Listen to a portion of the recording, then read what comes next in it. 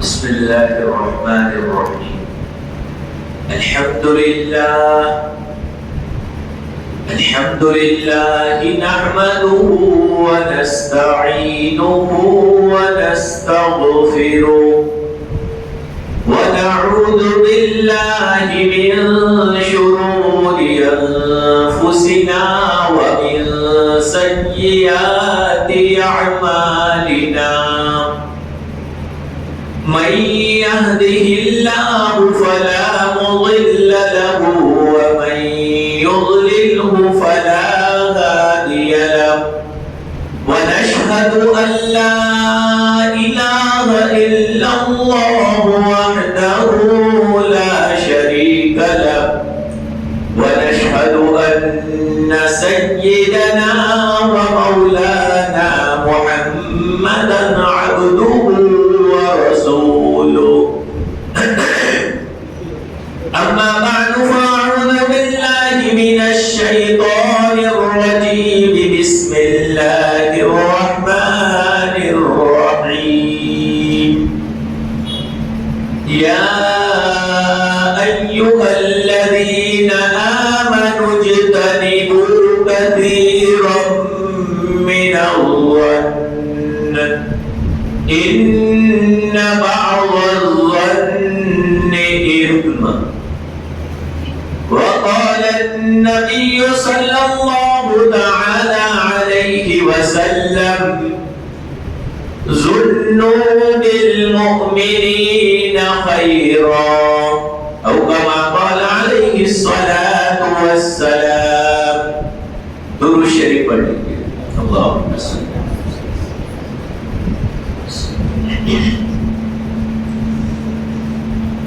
معزز بزرگان دین اور عزیز دوستو، اللہ رب العالمین نے ہمیں اسلام ایسا پیارا اور ایسا جامع مذہب عطا فرمایا ہے کہ اس مذہب کے اندر ہر چیز کا طریقہ موجود، کس طرح ہمیں زندگی گزارنا یہ موجود، آپس میں کس طرح رہن سہن ہمارا ہونا چاہیے یہ موجود، آپس میں بھائی چارہ اور محبت کیسے پھیلے یہ موجود، ہر چیز اسلام کے اندر موجود ہے. اور اسلام نے اس طرح کی تعلیمات بھی دی ہے کہ جہاں کہیں بھی آپس میں توڑ پیدا ہو، جو چیزیں آپس میں دشمنی پھیلانے والی ہے، جو چیزیں آپس میں نفرتوں کو پھیلانے والی ہے، ایسی چیزوں سے اسلام فوراً روک دیتا ہے. یہ چیز یہ آپس میں نہیں آنی چاہیے، ورنہ یہ چیز اگر آپس میں آ گئی تو آپس میں دشمنیاں پھیلے گی. اور انہی چیزوں میں سے ایک چیز ہے بدگمانی. اللہ رب العالمین نے قرآن کریم میں یہ حکم فرما دیا اور بتلا دیا، اے ایمان والو بہت سے گمانوں سے بچو، بہت سے گمانوں سے بچو، یقیناً بعض گمان یہ گناہ ہوا کرتے ہیں. گمان کس کو کہتے ہیں؟ بدگمانی کس کو کہتے ہیں یہ سمجھیے. پہلے کسی کے بارے میں کوئی بھی خیال دماغ میں آ جانا یہ بدگمانی ہے. ایک خیال دماغ میں آ جانا وہ تو شیطان کا کام ہے، شیطان کرتا رہے گا. ابھی وہ گناہ نہیں ہے، آیا چلا گیا کوئی گناہ نہیں، آیا رکا چلا گیا تو بھی کوئی گناہ نہیں، آیا اور سوچنے لگا آدمی تب بھی گناہ نہیں. لیکن آیا اور اس پر آپ غالب گمان کر لیا، یقین کر لیا ہاں ایسا ہی ہوگا، اب یہ گناہ بچ جائے گا. یعنی کسی کے بارے میں فلانا یہ کر رہا ہے، ہاں اس کے اندر یہ برا ارادہ ہوگا، یہ برے ارادے سے کر رہا ہے. جب بھی کوئی بھی کام کر رہا ہو فوراً دو چار آدمی آ جاتے ہیں اس کا ارادہ خراب ہی ہوگا. کیسے تم نے کہہ دیا، کیا دلیل ہے تمہارے پاس؟ اس کے ارادے کے خراب ہونے پر کیا ثبوت ہے تمہارے پاس؟ بغیر کسی ثبوت کے کسی بھی بات کو پھیلا دینا، بغیر کسی بات ثبوت کے کسی بھی بات کو چلا دینا، بغیر کسی ثبوت کے کسی بھی بات کو کہہ دینا، ابھی اور کسی بھی پر الزام لگا لینا، یہ دل میں ہی آ گیا، اب یہ بدگمانی شروع ہو گئی، برا گمان لگانا شروع ہو گیا، اب یہ گناہ بن گیا۔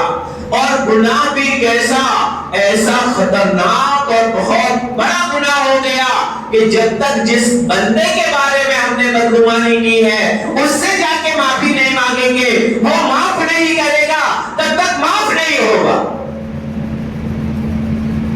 اللہ تعالیٰ اور اس کے درمیان کا گناہ، اللہ تعالیٰ اور اس کے درمیان کا معاملہ، بہت سے گناہ ہوتے ہیں، مولا کی نافرمانیاں ہم کرتے ہیں، ہمارے اور مولا کے درمیان میں ہوتے ہیں، کبھی بھی بندے کو افسوس ہو گیا، توبہ کی توفیق مل گئی، وہ اللہ تعالیٰ کے سامنے آ جاتا ہے، اے میرے مولا معاف کر دے، اے میرے مولا معاف کر دے، بندہ کہتا ہے جا میں نے تجھے معاف کر دیا۔ لیکن بدگمانی کا گناہ یہ حقوق العباد کے قبیل سے ہے، اور حقوق العباد ایسے ہوتے ہیں جب تک بندہ معاف نہ کرے معاف نہیں ہوتے۔ بندہ جا کر کہتا ہے اے مولا یہ گناہ مجھ سے ہو گیا ہے، مجھے معاف فرما دے، مولا کہتا ہے پہلے اس بندے سے معاف کروا لے جا۔ جب تک بندہ معاف نہیں کرے گا مولا کی جانب سے معافی نہیں ملے گی۔ یہ بدگمانی یہ بھی حقوق العباد میں سے ہے، اور بدگمانی جب پیدا ہوتی ہے آپسی بدگمانی کی وجہ سے دشمنیاں پیدا ہوتی ہے، آپس میں اختلاف پیدا ہوتے ہیں، پوری جگہ میں فتنہ اور انتشار پیدا ہوتا ہے انہی بدگمانی کی وجہ سے۔ اس لیے قرآن نے ہمیں روک دیا، کتنی پیاری تعلیمات ہے، فوراً اللہ رب العالمین نے فرما دیا یا ایھا الذین آمنوا اجتنبوا کثیرا من الظن، اے ایمان والو بہت سارے گمانوں سے بچو، ان بعض الظن اثم، یقیناً بہت سارے گمان یہ گناہ ہوا کرتے ہیں۔ کسی بھی پر کسی بھی کام کے کرنے پر ڈائریکٹ کوئی بھی نتیجہ نکال لینا اور اس کے بارے میں کچھ بھی سوچ لینا، یقین کر لینا ہاں یہ اس نے یہ کام کیا نا بڑا بندے کے لیے کر رہا ہے، یہ کام کر رہا ہے نا یہ اس کے لیے کر رہا ہے۔ بھائی کیسے تم بدگمانی کسی پر کرتے ہو، کیسے اللہ تعالیٰ کو ناراض کرتے ہو؟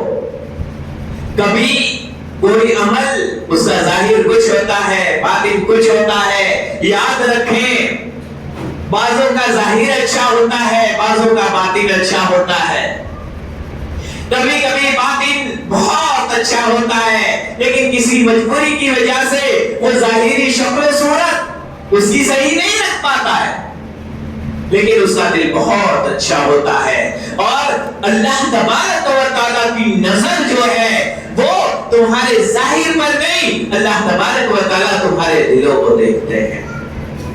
ان اللہ تعالی لا ينظر الى صورکم واجسامکم بل اللہ ينظر الى قلوبکم ونیاتکم، اللہ تعالیٰ تمہارے دلوں کی طرف دیکھتے ہیں، تمہاری نیتوں کی طرف دیکھتے ہیں۔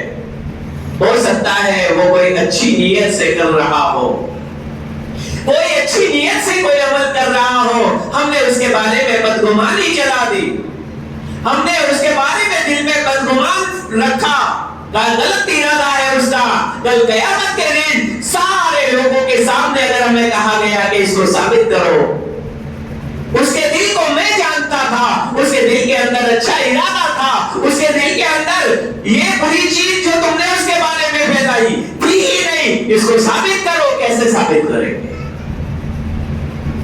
تو یہ کسی بھی چیز کو کسی بھی کے بارے میں ڈائریکٹ سے پھیلا دینا اور بدگمانیاں چلا دینا، یہ شریعت اسلامیہ نے ہمیں نہیں سکھلایا، اسلام ہمیں اس کی تعلیم نہیں دیتا۔ موسیٰ نبینا علیہ السلام ایک مرتبہ جا رہے تھے، راستے میں دیکھا ایک آدمی کہیں سے کوئی چیز یوں چھپ کر لے رہا ہے، لے لی اس نے چیز، ظاہر میں ہم نے دیکھا کہ ہاں بھائی چوری کر رہا ہے۔ موسیٰ علیہ السلام نے اس کو پکڑا اور کہا کہ سرقتا، کیا تو نے چوری کی؟ تو اس نے کہا کہ نہیں، اس ذات کی قسم جس کے سوا کوئی معبود نہیں، واللہ الذی لا الہ غیرہ، اس اللہ کی قسم جس کے علاوہ کوئی معبود نہیں، جس کے علاوہ کوئی خدا نہیں، میں نے چوری نہیں کی ہے۔ فوراً نبی تھے، فوراً دل میں کہ میں نے بدگمانی کیسے کر لی، فوراً دل کے اندر کہنے لگے اے اللہ جس کے علاوہ کوئی معبود نہیں، میں اسی سے توبہ اور استغفار کرتا ہوں، اور اسے کہنے لگے مجھے معاف کر دینا۔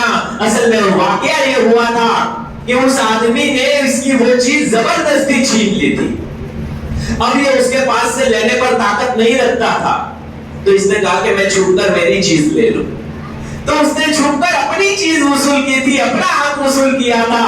ظاہر میں چوری نظر آ رہی تھی، حقیقت کے اندر چوری نہیں تھی۔ اس لیے کوئی بھی چیز کو ڈائریکٹ سے ظاہر کو دیکھ کر، ایک آدمی کو دیکھا ظاہری شکل و صورت دیندار کی نہیں ہے تو فوراً بدگمانی کر لی، یہ تو برا ہے، خراب ہے، ایسا ہے، ویسا ہے۔ ہرگز نہیں، اس کے دل کو تم نے کہاں چیر کر دیکھا ہے؟ تم نے اس کے دل کو تو چیر کر نہیں دیکھا۔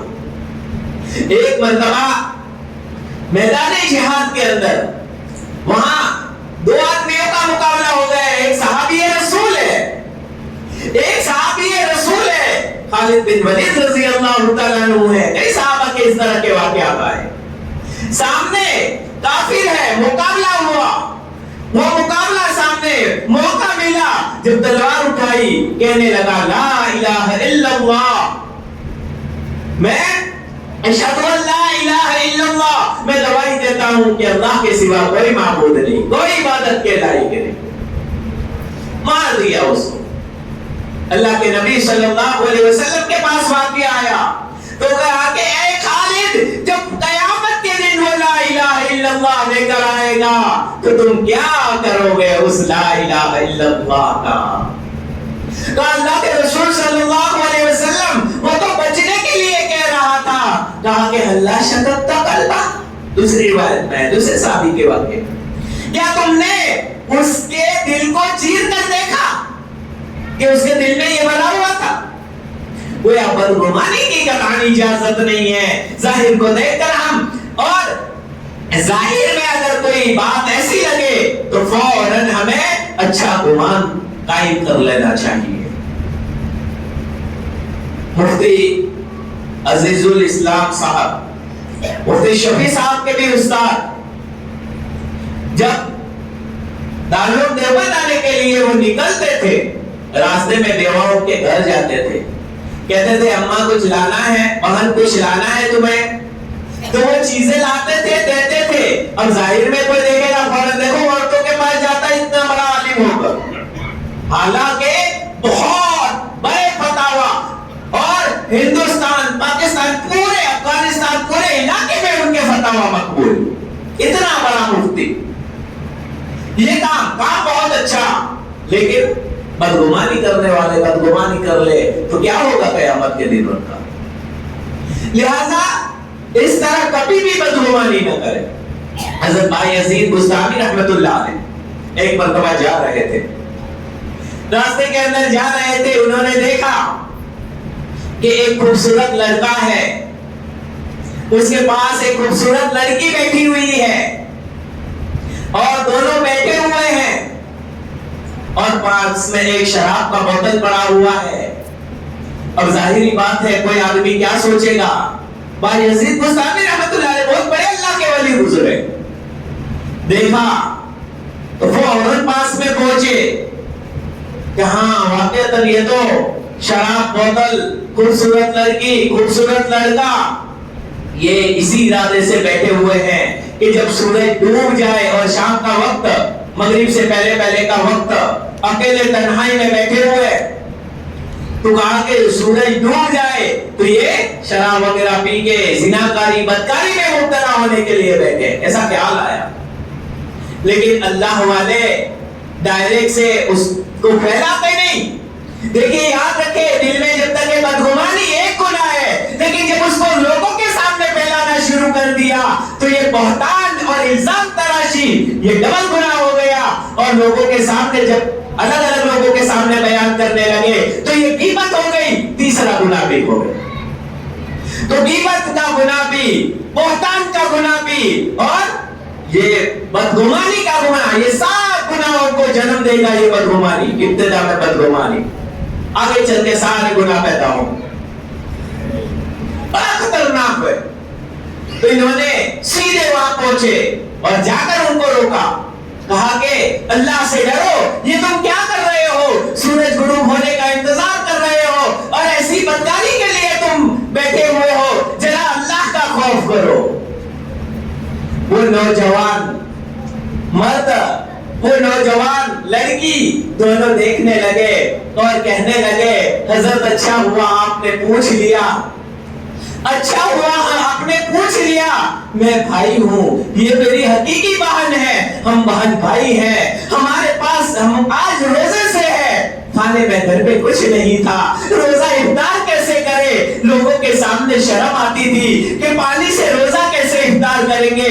یہ بوتل کے اندر پانی بھرا ہوا ہے، پاکیزہ پانی بھرا ہوا ہے، تاکہ ہم یہاں بیٹھ کر پانی سے روزہ افطار کر لیں، اور ہم خاندان آل رسول سے ہے، ہم رسول اللہ صلی اللہ علیہ وسلم کے خاندان سے ہے، کسی کے پاس ہاتھ پھیلانا ہمارے شاعر شان نہیں ہے، کسی کے پاس جا کر اپنی غربت کو بیان کرنا، کسی کے پاس جا کر ہاتھ پھیلانا میرے نبی محمد رسول اللہ صلی اللہ علیہ وسلم کی اولاد میں سے ہونے کی وجہ سے ہمیں شرم آتی ہے، اس لیے ایک طرف آ کر ہم اپنا روزہ افطار کر رہے ہیں۔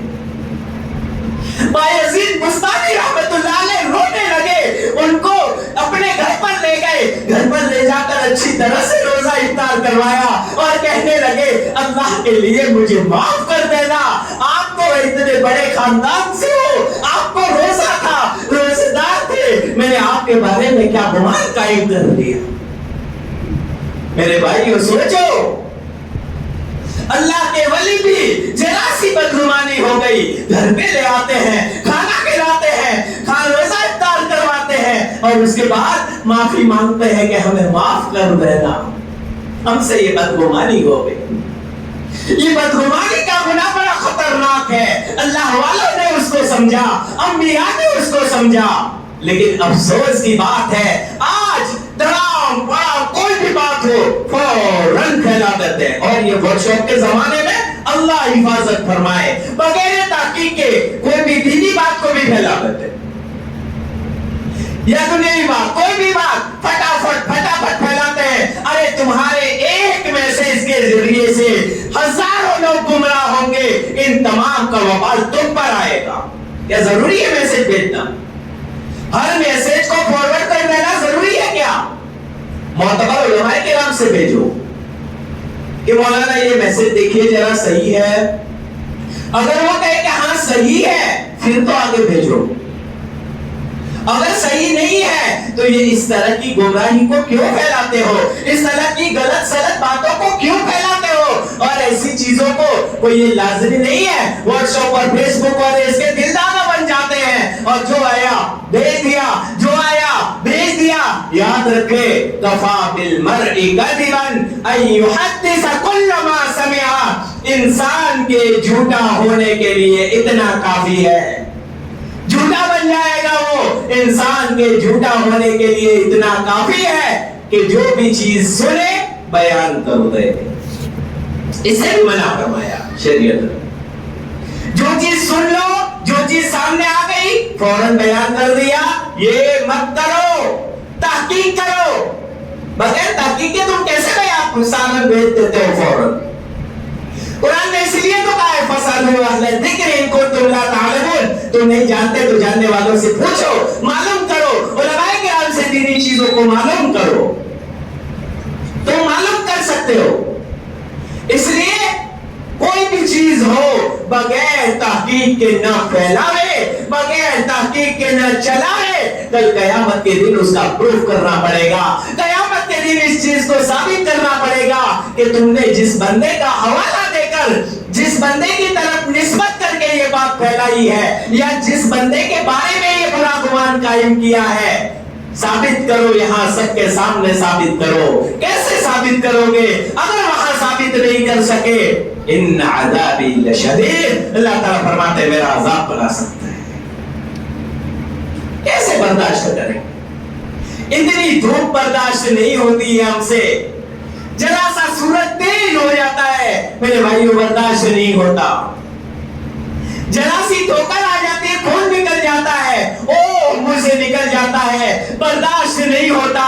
ارے میرے پیارے بھائیوں، میرے نوجوانوں، میرے بوڑھے ساتھیوں، دوستوں، ذرا سوچو تو صحیح، جب اتنی چیز برداشت نہیں ہوتی، دنیا سے 70 گنا تیز وہ جہنم کی آگ کیسے برداشت ہوگی؟ دنیا کے انسان پوری دنیا کو ختم کر دے، ایسا ایک فرشتہ، ایسے فرشتوں کی مار کیسے ہم سے برداشت ہوگی؟ اس مولا کا عذاب کیسے ہم سے برداشت ہوگا؟ ذرا اپنے دل پر غور کرے. فوراً کسی کے بارے میں بدگمانی ہوئی ہو یا کسی کے بارے میں ہم نے غلط سلط پھیلایا ہو یا پھیلایا نہ ہو تو دل میں سوچ لیا ہو، جا کر معاف کروا دے. کوئی ہر بات یاد رکھ کے بولنا ضروری نہیں ہے، کم از کم بھائی کہا سنا معاف کر دینا، مجھ سے جو بھی ہوا ہو معاف کر دینا. اس طرح اجمالی معافی بھی کافی ہے. ہر چیز کو بیان کرنا ضروری نہیں ہے، ورنہ وہ یاد آ جائے گا تو پھر سامنے والے کو غصہ آئے گا. اس لیے کہ بھائی کہا سنا معاف کرے. کوئی بھی ہم سے تکلیف پہنچی ہو زبانی یا کوئی بھی تو معاف کر لینا. تو اس طرح آپس میں معاف کرواتے، یہی ہمارے لیے بہت ضروری ہے. تبھی جا کر آخرت میں کامیاب ہو سکتے ہیں، ورنہ کامیاب نہیں ہو سکتے. ایک اخیر میں واقعہ سنا کر بات کو ختم کرتا ہوں. سلطان مراد ایک بادشاہ گزرے. سلطان مراد ایک مرتبہ رات کو بے چینی ہو رہی تھی، نیند نہیں آ رہی تھی. وزیر کو بلایا، کہا آج مجھے بے چینی بہت ہو رہی ہے، نیند نہیں آ رہی ہے. تو کہا کہ چلو بادشاہ سلامت، میرے دل میں خیال آ رہا ہے کہ ہم اپنا لباس بدل دیں اور لباس بدل کر لوگوں میں چکر لگاوے، دیکھے رعایا کو، دیکھے رعایا کس حالت کے اندر ہے. رعایا کو ہم دیکھیں کہ رعایا کس حالت کے اندر ہے. تو دیکھنے کے لیے سلطان مراد اور ان کے وزیر دونوں کے دونوں چلتے ہیں. چلتے چلتے ایک جگہ پر پہنچے، وہاں پر ایک میت پڑی ہوئی ہے اور کوئی اس کو کفن دینے کے لیے تیار نہیں، کوئی اسے نہلانے کے لیے تیار نہیں، کوئی اسے قبر میں اتارنے کے لیے تیار نہیں، تدفین کے لیے کوئی تیار نہیں. پوچھا بھائی کیا معاملہ ہے؟ یہ میت ایسے ہی پڑی ہوئی ہے، کیوں کوئی اس کو نہلاتا دھلاتا نہیں، کفن نہیں پہناتا؟ کہا کہ یہ تو شرابی ہے، یہ ایک نمبر کا شرابی ہے اور یہ ہر رات زنا میں مبتلا ہونے والا اور بدکاری کرنے والا، ایسے کی نماز جنازہ کیسے پڑھیں گے؟ سلطان مراد نے کہا کہ ارے بھائی مسلمان تو ہے، کم از کم ہمارا حق بنتا ہے، فرض کفایہ ہے، کم از کم چند لوگ تو اس کی نماز جنازہ پڑھ کے غسل دے کر اس کو دفن کر دے. لوگوں میں سے کوئی ایسی کو کون نماز پڑھے گا جو شراب، روزانہ ہاتھ میں شراب کا بوتل نظر آتا ہو اور روزانہ وہاں ایسی جگہ میں جاتا ہے کہ جہاں زناکاری پیسوں سے ہوتی ہو، ایسی جگہ میں جاتا ہو، ریڈیو کے پاس جاتا ہو، تو اس کی کون نماز پڑھے؟ سلطان مراد خود اور ان کے وزیر دونوں نے اٹھایا اس میت کو، اور میت کو اٹھانے کے بعد کہا کہ بھائی ہمیں ان کا گھر بتا دو، صرف ہمیں ان کا گھر بتا دو. بادشاہ سلامت اور وزیر دونوں کے دونوں مل کر جاتے ہیں، گھر کے پاس جاتے ہیں. جیسے ہی گھر کے پاس جاتے ہیں اور میت کو رکھتے ہیں، کہا کوئی جنازے کی نماز پڑھنے کے لیے تیار نہیں. کون ہے؟ یہ آپ کے شوہر ہے. اور زور زور سے چیخنے لگی، گھر میں جیسے کوہرام مچ گیا اور کہنے لگی میں کہتا تھی، میں کہا کرتی تھی کہ تم یہ کام چھوڑ دو، میں کہا کرتی تھی یہ کام تم چھوڑ دو، تمہاری نماز جنازہ کوئی نہیں پڑھے گا. بادشاہ سلامت تعجب میں کیا کام ایسا کرتے تھے؟ بادشاہ سلامت بڑے تعجب میں، بڑے حیران، ارے بھائی ایسا تو کیا کام کرتے تھے جس کی وجہ سے تم کہتی تھی کہ میں ان کو کہتی تھی کہ تم یہ کام چھوڑ دو، تمہاری نماز جنازہ کوئی نہیں پڑھے گا؟ وہ کہتے تھے میرا اللہ جانتا ہے میری نماز جنازہ ہزاروں لوگ پڑھیں گے، اور میں کہتی تھی کہ مان جا، نہیں مانا، آخرکار آج یہ لاش در بدر ٹھوکریں کھانے لگی، آج میرے گھر پہ آئی ہے۔ بادشاہ سلامت نے پوچھا کہ واقعہ کیا ہے؟ تو اس عورت نے واقعہ بیان کیا۔ دھیان سے سننا میرے بھائیوں، اس عورت نے کیا واقعہ بیان کیا؟ دیکھیے لوگ تمام بدگمانی میں مبتلا تھے، یہ آدمی روزانہ شراب کی ایک بوتل شراب کے اڈے پر جاتا تھا، شراب کی ایک بوتل خریدتا تھا اور اس کو گٹر میں بہا دیتا تھا اور گھر آ کے کہتا تھا اے اللہ میں نے تیرے لیے آج ایک شراب کی بوتل کو کم کر کے ایک شراب کی بوتل پینے والوں کو میں نے شراب پینے سے بچا لیا، اتنی شراب کو میں نے کم کر دیا۔ اور روزانہ وہ اڈے پر جاتے تھے، وہاں سے کسی نہ کسی عورت کو پیسے دے کر خریدتے تھے، خریدنے کے بعد اس عورت کو ایک گھر میں لا کر کہتے تھے اب پوری رات تجھے اسی میں رہنا ہے، اللہ کی عبادت کر اور اسی میں رہ، تیرے پاس آج کوئی نہیں آئے گا۔ پھر آ کر کہتے تھے اے اللہ میں نے آج تیری ایک بندی کو زنا کے گناہ سے بچا دیا ہے، اے مولا تو دیکھ رہا ہے تیرا اور میرا معاملہ ہے، میں نے تیری بندی کو آج اس گناہ سے بچا لیا۔ بیوی کہتی ہے کہ ظاہر میں سب تمہیں شرابی سمجھتے ہیں، زناکار سمجھتے ہیں، کوئی تمہارے جنازے کی نماز نہیں پڑھے گا، اس لیے اس کام کو تم چھوڑ دو۔ وہ کہتا تھا کہ میں یہ کام اللہ کے لیے کر رہا ہوں، میری جنازے کی نماز ہزاروں لوگ پڑھیں گے۔ سلطان مراد نے فوراً کہا میں اس ملک کا بادشاہ سلطان مراد ہوں، میں اس ملک کا بادشاہ سلطان مراد ہوں، اور اس کی نماز شاہی ڈنگ سے جنازے کی نماز ہوگی اور پوری حکومت اس کی نماز پڑھے گی۔ جنازہ دھوم سے اٹھایا گیا، علماء کرام کو بلایا گیا، مفتیان کرام کو بلایا گیا، تمام کو بلا کر کہا گیا اس کو عزت کے ساتھ غسل دیا جائے، عزت کے ساتھ غسل کر کفن وغیرہ کا انتظام کیا گیا، اور اس کے بعد بڑی دھوم کے ساتھ ان کی جنازے کی نماز پڑھا کر بادشاہ خود وہاں ساتھ میں چلے اور انہیں دفن کیا گیا۔ یہ ہوتا ہے، کسی کا ظاہر کچھ ہوتا ہے، کسی کا باطن کچھ ہوتا ہے، لہذا میرے بھائیوں ظاہر کو دیکھتے ہوئے کسی پر کوئی نہ کوئی الزام لگا دینا یہ صحیح نہیں ہے۔ اس لیے ہرگز اس طرح کسی پر الزام نہ لگائے، کسی سے بدگمانی نہ کرے، اللہ دیکھ رہا ہے۔ اس مولا کو کیا منہ دکھائیں گے، اس مولا کے سامنے ہم کیسے ثابت کریں گے؟